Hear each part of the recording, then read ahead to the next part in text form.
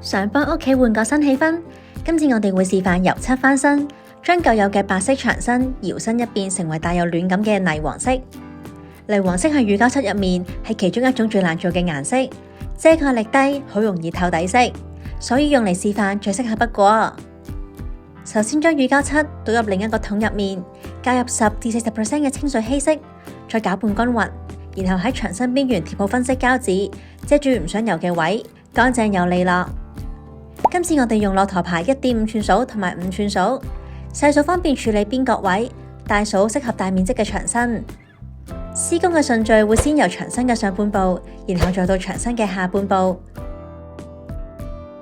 用油掃順住同一個方向油，第一層上色之後可能會見到底色，睇落去一笪笪咁，但係唔使擔心，呢個係正常現象。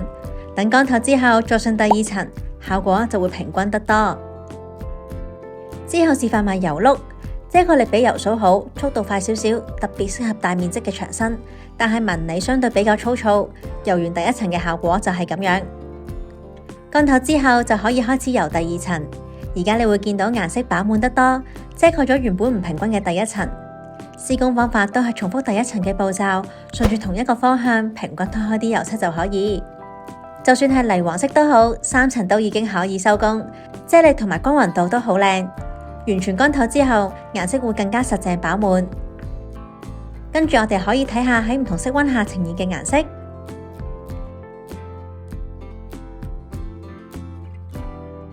駱駝牌抗甲醛5合1淨味乳膠漆，用香港常見嘅霉菌進行測試，研發出最適合香港潮濕氣候使用嘅乳膠漆。